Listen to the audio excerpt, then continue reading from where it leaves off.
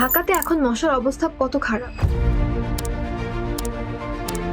Recent report বলছে ফেব্রুয়ারির পর কিছু এরিয়াতে অলমোস্ট 40% মতো মশা বেড়ে গেছে। মশা উধাও হলে নেচার একটা বড় ধাক্কা লাগে। অনেস্টলি আমরা সবাই কখনো না কখনো রেগে বা বিরক্ত হয়ে ভাবি সব মশা একেবারে ভ্যানিশ হয়ে গেলে কতই না ভালো হতো। ফার্স্ট রিয়াকশন হতো finally peace, no bite, no buzzing, no dengue tension, কি শান্তির একটা পৃথিবী, তাই না? কিন্তু ওয়েট, আসলেই কি হতো? মশা উধাও হলে নেচারে একটা বড় ধাক্কা লাগবে। অনেক পাখি, মাছ আর ব্যাঙের মুখ্য খাবার হলো মশার লার্ভা। তাই এটি না থাকলে বাকি ইকোসিস্টেম এলোমেলো হয়ে যাবে। সব মশা শুধু রক্ত খায় এমন না, কিছু মশা পলিনেশনেও সাহায্য করে। এমনকি আমাদের প্রিয় চকলেট কোকো প্ল্যান্ট পলিনেট করার জন্য মশার মতো নিজের দরকার হয়। অনেক বিজ্ঞানী মনে করে মশা ভ্যানিশ হলে মশার জায়গাটা অন্য কোনো ডেডলি ইনসেক্ট দখল করে নিতে পারে, যা হয়তো মশার চেয়েও ভয়ঙ্কর। প্রবলেম মশা না, প্রবলেম আনকন্ট্রোলড মশা। আমাদের উচিত পরিবেশ পরিষ্কার রাখা আর ডেঙ্গু প্রিভেনশন সিরিয়াসলি নেওয়া। ঢাকার মশা নিয়ে আপনার সবচেয়ে বাজে অভিজ্ঞতা কি?